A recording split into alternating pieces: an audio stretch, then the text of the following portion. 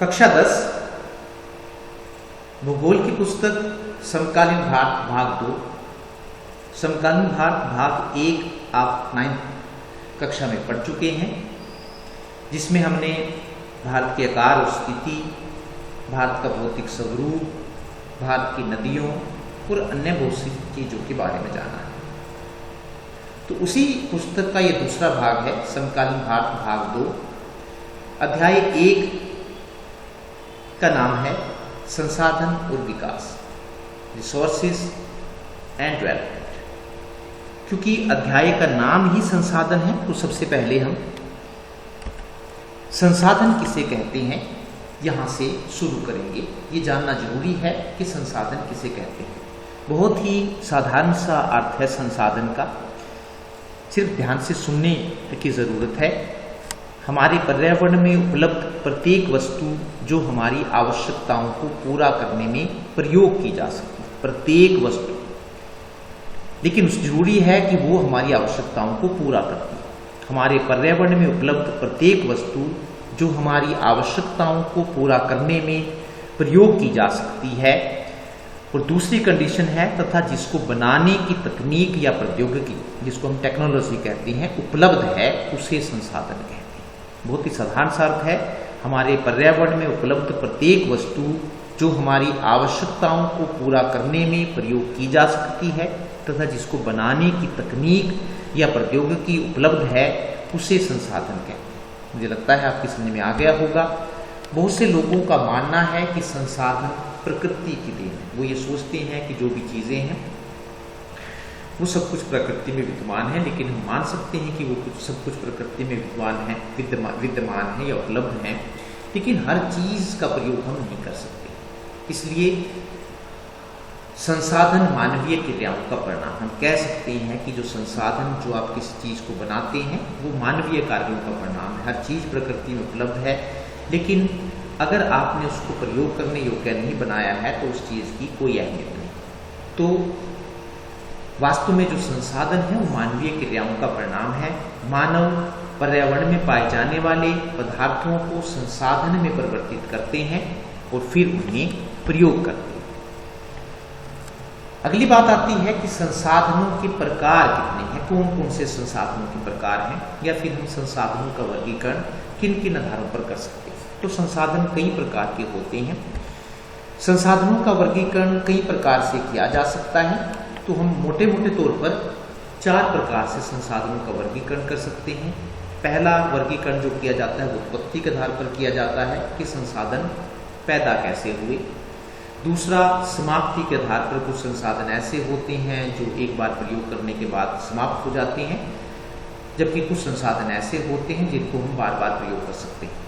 तीसरा, स्वामित्व के आधार पर कि संसाधन पर किसका अधिकार है। आपने देखा होगा कुछ संसाधन आपके अपने होते हैं, जैसे आपकी अपनी कार, कुछ संसाधन पूरे समाज के होते हैं, और कुछ संसाधन देश के होते हैं, और कुछ संसाधन ऐसे भी हैं जिन पर पूरे संसार का अधिकार होता है। तो हम उनको कहते हैं स्वामित्व के आधार पर संसाधनों का वर्गीकरण।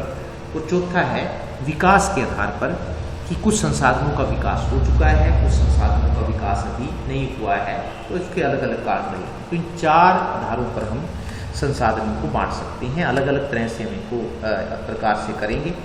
तो पहला है उत्पत्ति के आधार पर, on the basis of origin. इसके आधार पर संसाधन जो हैं क है जैव संसाधन, जिनको बायोटिक रिसोर्सेज कहते हैं। ये कौन से होते हैं? वे संसाधन जिनमें जीवन होता है। जैव से अपने आप ही स्पष्ट हो रहा है, वे संसाधन जिनमें जीवन होता है उन्हें जैव संसाधन कहते हैं। जैसे कौन कौन से? मनुष्य में जीवन होता है, वनस्पति जगत, सभी पेड़ पौधे, पशु और पक्षी, तो इनको हम कहेंगे जैव संसाधन। अजैव संसाधन, एबायोटिक रिसोर्सेज, वे संसाधन जो निर्जीव होते हैं, अर्थात जिनमें जीवन नहीं होता है, उन्हें अजैव संसाधन कहते हैं। ये आपको स्पष्ट है कि कौन से संसाधनों में जीवन नहीं होता है। जैसे चट्टानें हैं, जितनी भी धातुएं हैं, वो सभी अजैव संसाधन है। और मृदा, जिसको मिट्टी कहते हैं, वो भी अजैव संसाधन है। उसके बाद है दूसरा जो साधनों का वर्गीकरण हम करते हैं वो है समाप्ति के आधार पर, on the basis of exhaustibility. समाप्ति के आधार पर जो संसाधन है उसमें क है नवीकरण योग्य संसाधन, रिन्यूएबल रिसोर्सेज। वे संसाधन जिन्हें दोबारा पैदा किया जा सकता है, नवीकरण नाम से ही स्पष्ट हो रहा है कि जिनको दोबारा नवीन किया जा सकता है, तो वे संसाधन जिन्हें दोबारा पैदा किया जा सकता है उन्हें नवीकरण योग्य संसाधन है। ऐसे कौन कौन से संसाधन हैं जिनको हम दोबारा पैदा, सौर ऊर्जा, रोज सूरज निकलता है तो दोबारा सौर ऊर्जा हम पैदा कर सकते हैं, पवन ऊर्जा है, जल है, जल को हम दोबारा रिसाइकिल कर सकते हैं, और वन है, अगर एक बार आपने काट लिए दोबारा पेड़ पौधे लगा दिए फिर तो 10 या 15 साल में वो दोबारा फिर पेड़ बन जाते हैं, तो इनको हम नवीकरण योग्य संसाधन कहते हैं क्योंकि इनको दोबारा पैदा किया जा सकता है। अनवीकरण योग्य संसाधन, नॉन रिन्यूएबल रिसोर्सेज, वे संसाधन जो एक बार प्रयोग करने के बाद नष्ट हो जाती हैं, उनको दोबारा पैदा नहीं किया जा सकता है, अगर आपने एक बार उनका प्रयोग कर लिया तो वो नष्ट हो जाते हैं, उन्हें अनवीकरण योग्य संसाधन कहते हैं। जैसे कोयला अगर एक बार प्रयोग हो गया तो नष्ट हो जाता है, राख बन जाती है, पेट्रोल, खनिज आदि, तो इनको अनवीकरण योग्य संसाधन कहते हैं।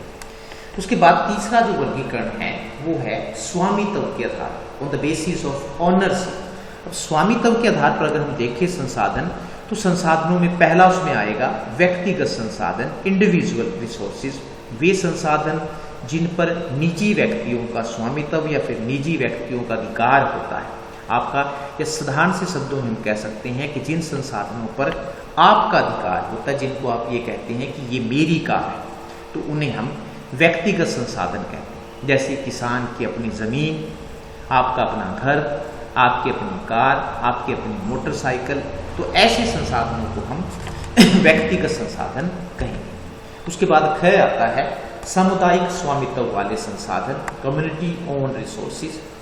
नाम से स्पष्ट है जिन संसाधनों पर पूरे समाज का अधिकार हो, अतः वे संसाधन जिन्हें पूरे समुदाय द्वारा प्रयोग किया जाता है, जिन्हें पूरे समाज द्वारा प्रयोग किया जाता है, उन्हें सामुदायिक स्वामित्व वाले संसाधन कहते हैं। कैसे? जैसे पंचायती जमीन किसी एक की नहीं होती, जिस गांव में पंचायती जमीन होती है सभी लोग उसका प्रयोग करते हैं।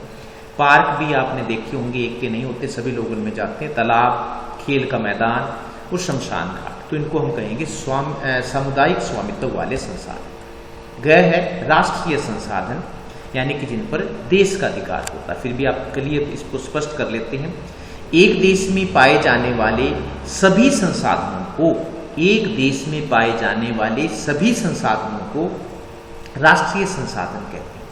और खास बात यह है कि इन संसाधनों पर देश की सरकार का अधिकार होता है। वे संसाधन जो एक देश में पाए जाते हैं और जिन संसाधनों पर निजी व्यक्ति या समुदाय का अधिकार न होकर सरकार का अधिकार होता है, उन्हें हम राष्ट्रीय संसाधन कहते हैं। जैसे सड़कें जो हैं वो किसी समुदाय की नहीं होती, नहरें भी सरकार ही बनाती है, रेल लाइनें सरकार बिछाती है, वन, खनिज पदार्थ आदि, तो इनको हम राष्ट्रीय संसाधन कहेंगे।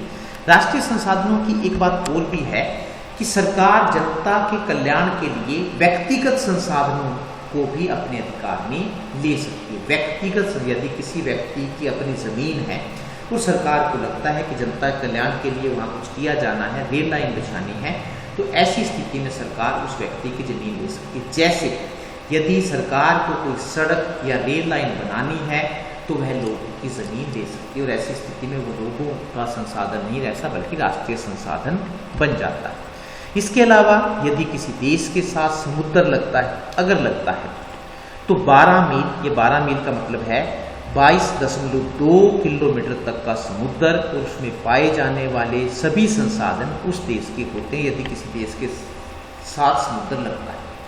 22 हम कह सकते हैं किलोमीटर तक का जो समुद्र है उसमें जितने भी जीव जंतु हैं, जितने भी संसाधन पाए जाते हैं वो उस देश के होते हैं।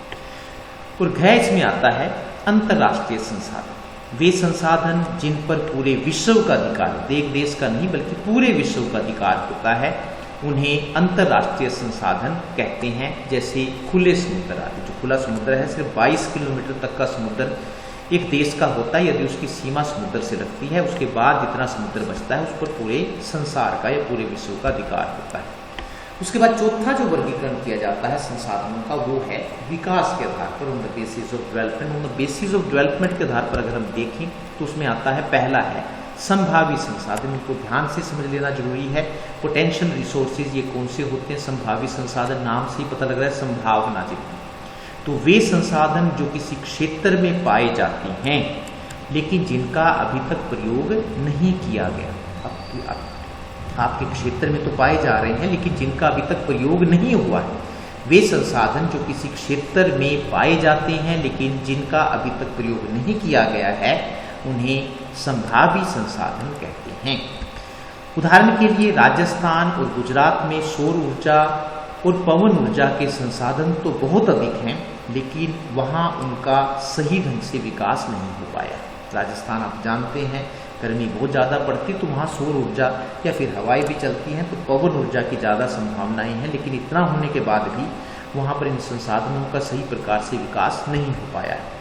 सौर ऊर्जा पैनल आप देख रहे हैं, जहाँ पर गर्मी ज़्यादा पड़ती है तो वहाँ पर सौर ऊर्जा पैदा की जा सकती है। ये पवन ऊर्जा है, पवन चक्की है जिसको आप देख रहे हैं। तो इसके बाद ये पवन जो चक्की है उसका आंतरिक संरचना दिखाई गई है, किस तरह से इसमें बिजली बनती है।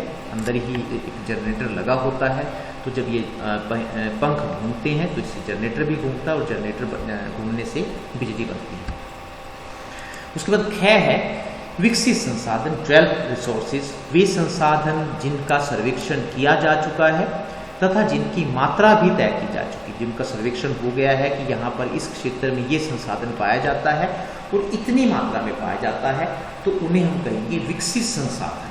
वे संसाधन जिनका सर्वेक्षण किया जा चुका है तथा जिनकी मात्रा भी तय की जा चुकी है, उन्हें विकसित संसाधन कहते हैं। जैसे बम्बई हाई में खनिज तेल के भंडारों का विकास हो चुका है। ये बम्बई हाई का दृश्य है जहाँ पर तेल के बारे में पता चल चुका है कि यहाँ पर तेल है और उस तेल को निकाला जा रहा है।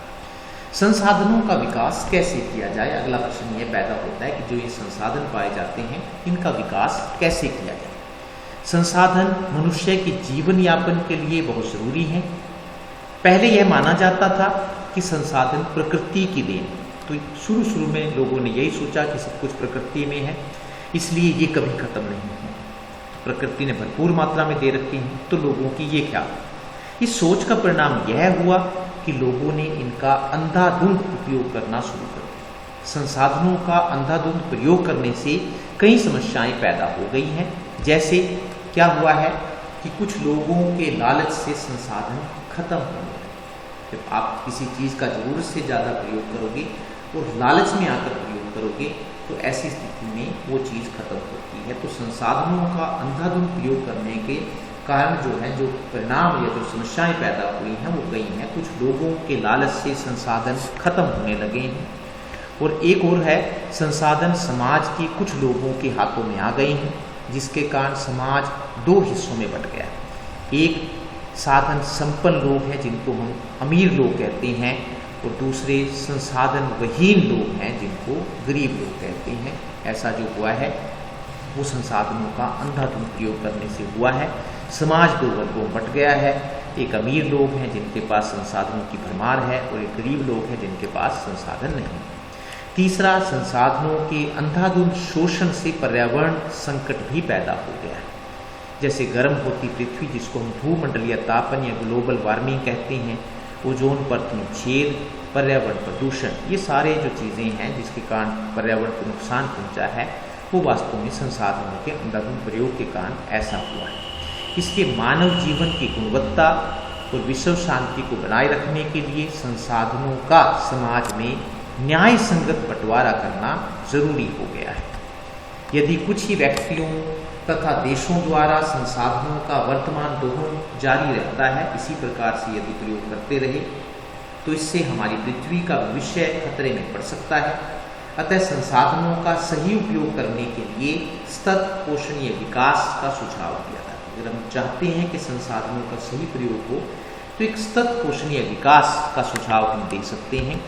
सतत पोषणीय विकास जिसको हम सस्टेनेबल डेवलपमेंट कहते हैं, क्या है वास्तव में ये जानना आपके लिए ज़रूरी है कि जो हम कहते हैं कि संसाधनों का सही ढंग से प्रयोग किया जाए, तो सही ढंग से प्रयोग करने के लिए सतत पोषणीय विकास का सुझाव देते हैं। लेकिन वास्तव में सतत पोषणीय विकास, सस्टेनेबल डेवलपमेंट है क्या चीज़?